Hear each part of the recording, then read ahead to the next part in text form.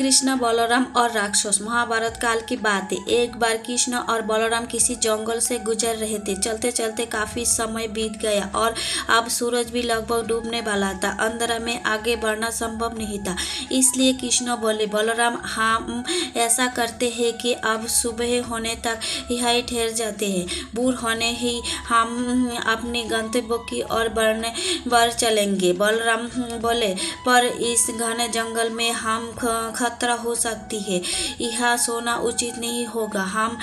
हमें जाग कर ही रात बितानी होगी। अच्छा, हम ऐसा करते हैं कि पहले मैं सोता हूँ और तब तक तुम पहरा देते रहो, और फिर जैसे ही तुम्हें नींद आई तो तुम मुझे जगा देना। तब मैं पहरा दूंगा और तुम सो जाना।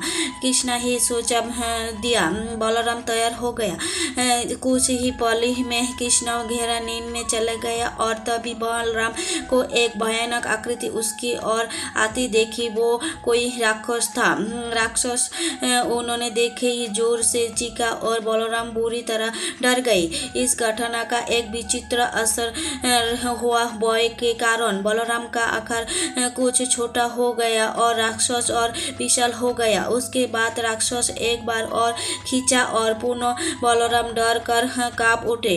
अब बलराम और भी सिकुड़ गया और राक्षस पहले से भी बड़ा हो गया। राक्षस धीरे धीरे बलराम की ओर बढ़ने लगा। बलराम पहले से ही भयभीत थे और उस विशाल का राक्षस को अपनी ओर आता देखकर जोर से चीख पड़े। कृष्ण और खींचते ही बुरी मुसीबत को होकर गिर पड़ा। बलराम की आवाज सुनकर कृष्ण उठ गए। बलराम को बाहर से उन्होंने सोचा कि पहरा देते देते थक गया और सोने से पहले ही उन्होंने आवाज दे दी। अब कृष्ण पहरा देते लगे। कुछ देर बाद ही राक्षस उन्होंने सामने आया और जोर से चीखा। कृष्ण जहरा भी घबराए नहीं और बोले, बताओ तुम इस तरह खींच क्यों रहे, क्या चाहिए तुम्हें?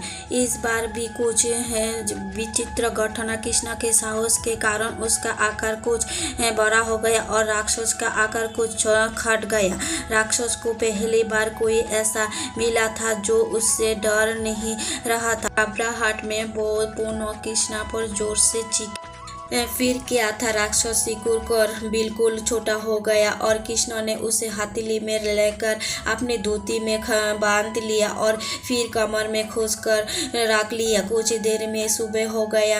कृष्ण ने बलराम को उठाया और आगे बढ़ने के लिए कहा। वे धीरे धीरे आगे बढ़ने लगे। तभी बलराम उत्तेजित होते हुए बोले, पता है कल रात में क्या हुआ था? एक भयानक राक्षस हमें मारने आया था। रुको रुको। बलराम को बीच में ही ठोकते हुए कृष्ण ने अपनी धोती में बांधा राक्षस निकाला और बलराम को दिखाया हुए बोले, कहीं तुम इसको बात तो नहीं कर रही हो?